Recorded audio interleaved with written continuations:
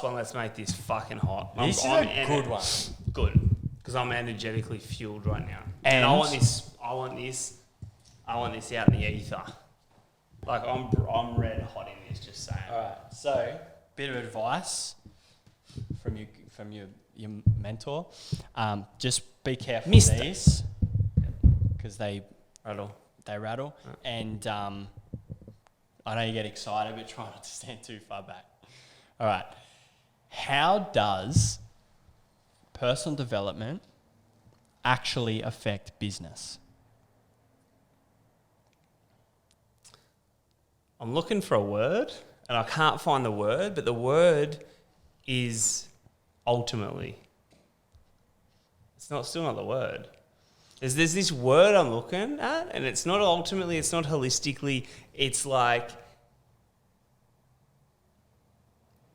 not even universally. It's just, Like, it's completely, it's in its entirety. Mm-hmm. Whatever that word is, that's the word I'm going to use to describe how personal development affects business development. Monumentally. Completely. Let's go with completely. Yeah. In its completeness. Okay. I think I know where you go. I think I understand, but I want you to unpack that. Okay. So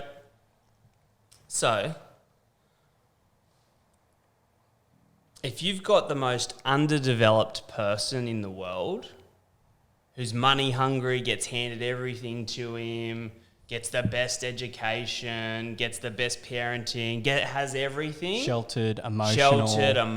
No emotional intelligence. And you give him the best business. All you got to do is just do a half decent job. You got the best people, you got the best marketing, the best systems. You've got it's all there. It's like the Telstra of Australia. Catch you later, Telstra. Like, that's it. That's it. Or if you get the worst business with the worst people, with the worst culture, with the worst marketing and sales, but you get this human that's like self-aware, self-developed, motivated, great depth in purpose, really good mind structure, great health, really looks after themselves, has a lot of love to give, just a very, very aware person, they'll turn shit into magic. Because I've been on both sides. I've had no awareness, no mental aptitude, no self-awareness, that self-development. And I've been in great businesses and been very stagnant. And then I've also been on the spectrum of really self-aware, studied self, immersed myself in the learnings of the best. All these real teachings of how to be a human being, and the business has grown rapidly fast. So to answer your question, the correlation is 100%. They run together, and that's why behind every great business is a great leader, because it's the mindset, the mentality, the beliefs, and the values of the great leader that are followed by the masses. And if you don't have a very developed, self-aware, self-studied person at the front, you're going to have poison and toxic chemicals running through the whole veins of the business. So what would be the most important thing? Because we talk about personal development, self-development, whatever it is, it's too broad. It's hard to grasp what that actually is. So I guess, look, personal development is developing yourself personally towards where you want to go. So similar to going to the gym to work the muscles, to grow the muscles, to stronger, healthier, fitter, whatever. Personal development is like that, but more so for the mind and for everything. I guess fitness comes into personal development for sure. But break down, like, what do you think is the most important thing when it comes to the personal development space for someone who is, for someone who probably does find that they can't control their emotions, that people piss them off and they can't quite influence people as a leader, who kind of fail to really build trust and build rapport and get respect and have a team and build a great culture, or even just run a business dealing with a multitude of different types of people, because that's what business is. You're working with so many different types of people a lot of the time.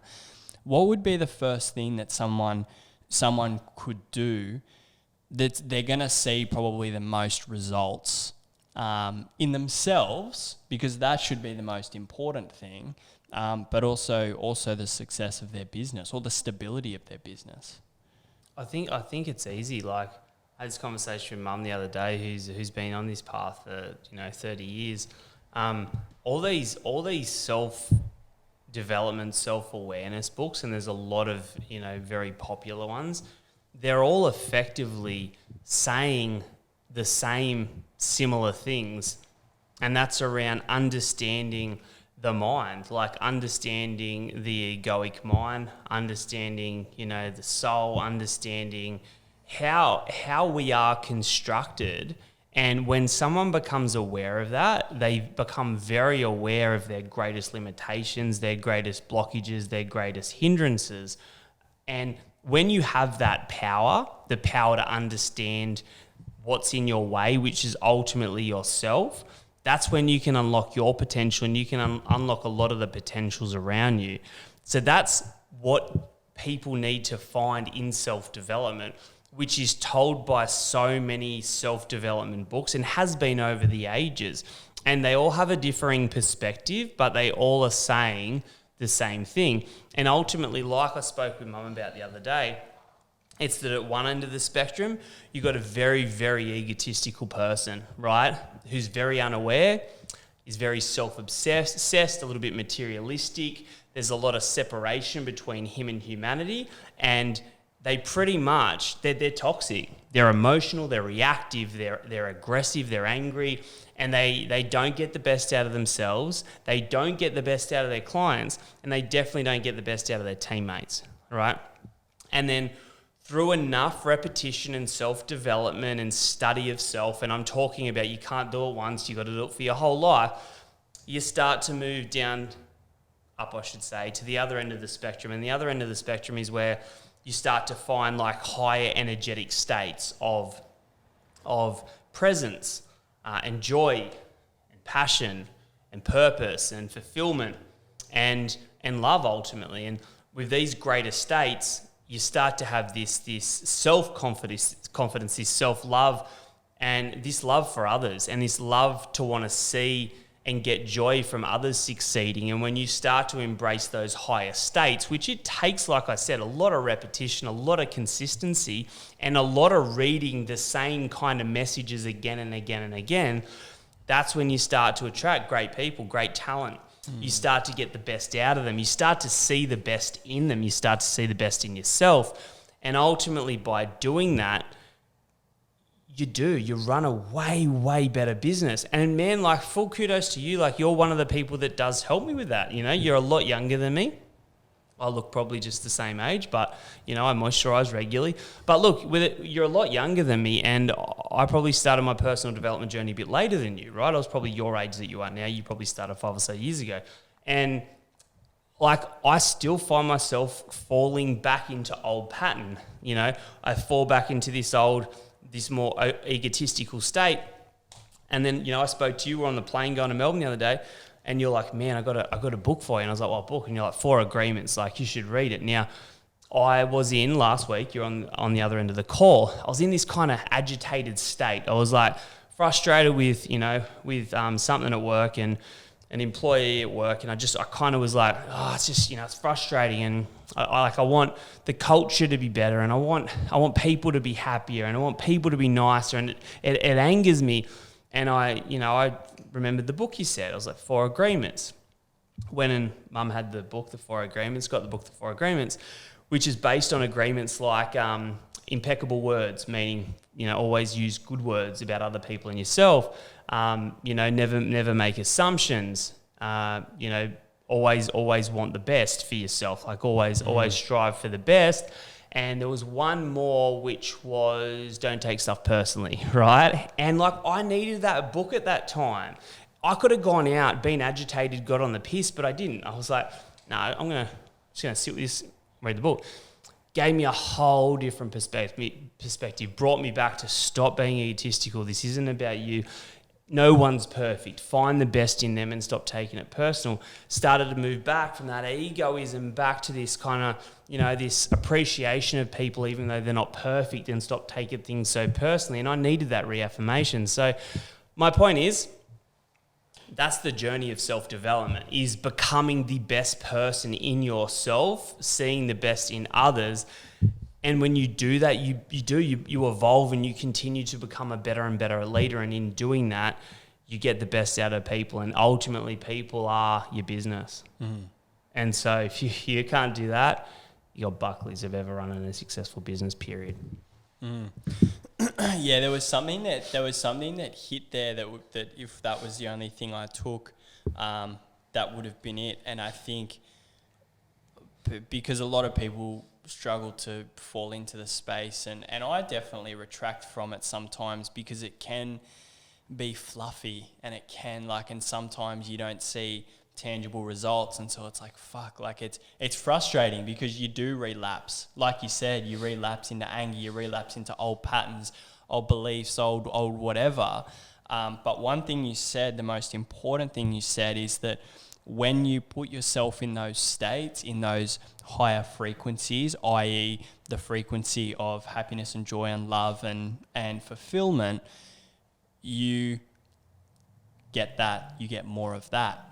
And you see more of that in people. People start appearing into your life who do that. They're going to be the same people that help you achieve what you actually want to achieve. But while you're in a state of anger, you're in a frequency where you're only going to attract more anger. You're going to attract more toxic people in your life. You're going to attract more sadness, more anger, more of that type. And I'm not going to put it on a scale of bad or good, because there's always balance in the world. That's just a belief of mine. But ultimately, you're just going to get more of that. And I really think that was the key point in that, is that no matter what state you are, you're always going to attract more of that state. And that's the key, because I was going to challenge you and go, well, yeah, but you see people who have never touched a personal development book, never really looked at themselves. You see they are quite self-centered, quite self-serving, and they got great businesses. But one thing you do always notice is they always hit a wall, and they always hit a ceiling in their growth. And look, I'm not saying that you can never not do personal development and not run a great business, right? I know that's what I alluded to before, because I do believe there's such a correlation. The very few that could do that, they don't have all the bad shit that's happened to them in their conditioning patterns and processes since they were young, right? They might have had really, really solid parenting, really, really solid mentoring. They might have had really good self-development from their parents, from their influences, from their mentors from a very young age, that they didn't need to go and study self-development when they got into their adult years, because they were already so self-developed from a very young age. But the reality is that the majority of the world, they didn't get that.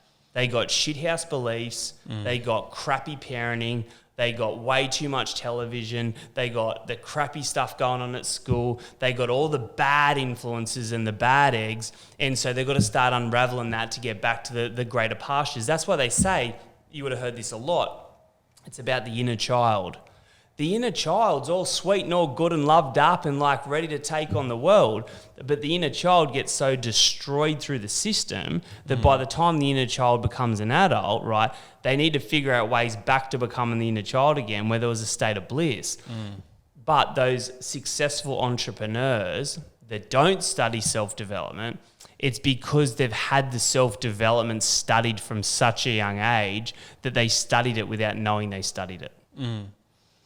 Yeah, yeah, absolutely. And look, I mean, I was, this is actually, funnily enough, a big part of my personal development journey is that I didn't have really traumatic events in my life, and I actually held on to so much guilt because of that. And so it's funny when you get people who haven't on paper or haven't clearly been through periods in their life that have been depressive or very low or a cause of negative emotion and anger, but it's all about perception. So Alex Hormozi was speaking about that before, and similar to what you were saying before about the 4 agreements, it was like a story is a story. Like a situation is a situation. It's not good. It's not bad.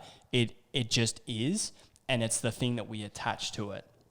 So you look at me across here right now, and I go, oh, he's my friend. Or I look at you and I go, he's giving me this weird fucking look. He hates me. I start to get all insecure. I start to get angry. Everything about me changes. I walk out pissed off. So it's interesting how, but because we have this ego that hasn't been developed when we're a kid, we're trying to work things out, and so everyone perceives things differently. So I find that interesting, is that even though I hadn't experienced necessarily trauma, it ended up becoming trauma because it was held in the form of guilt, thinking that I didn't deserve great things because I hadn't deserved it. And when I unblocked all that in Bali, I just completely broke down. I've never cried so much more in my life. And so but that's, again, it all comes back down to doing the work. That's what the work's all about. What would you do? You want to? And look, I mean, I didn't have a hard childhood either. But it's not about whether you had a hard childhood or an easy hard or an easy childhood, right?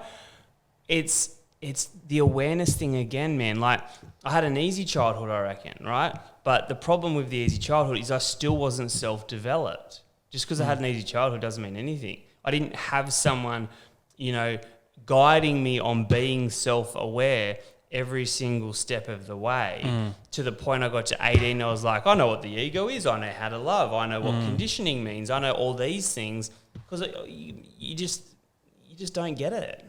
No. So it's not necessarily It's not even a thing. No, and similar to yourself, it was about I had a nice sheltered upbringing, and then it got to a rainy day, and what cracks the easiest? The egg that has been sheltered.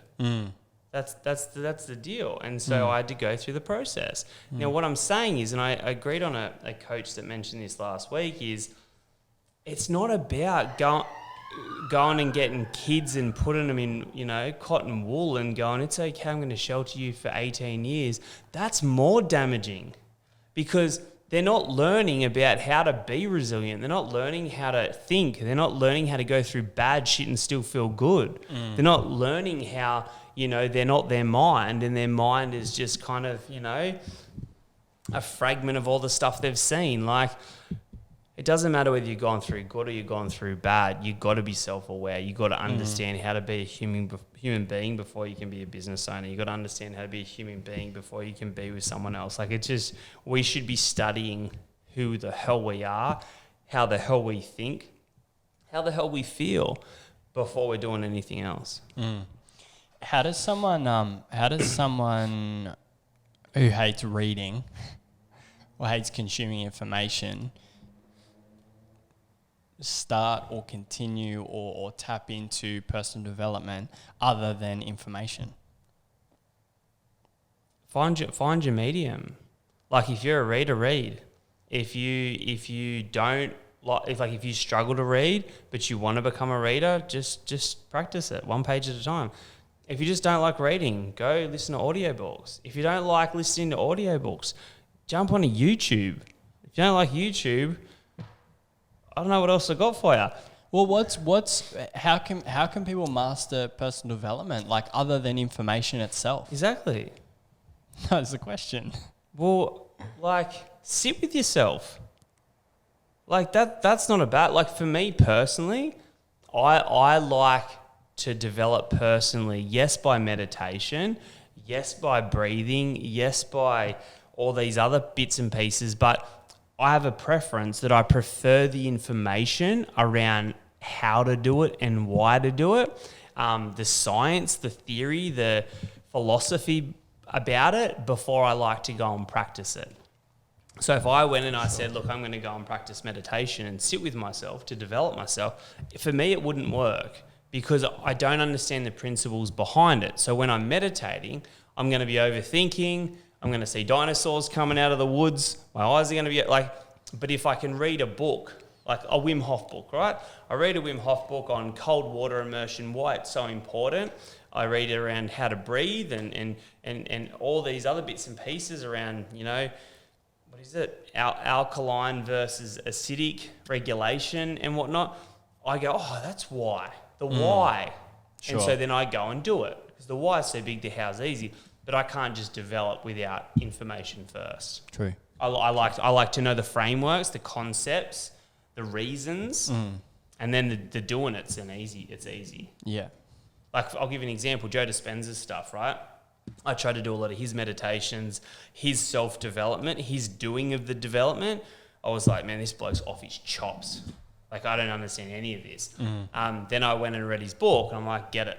Yeah. I get why you do it. And then when you're doing it, you're like, yep, this is important.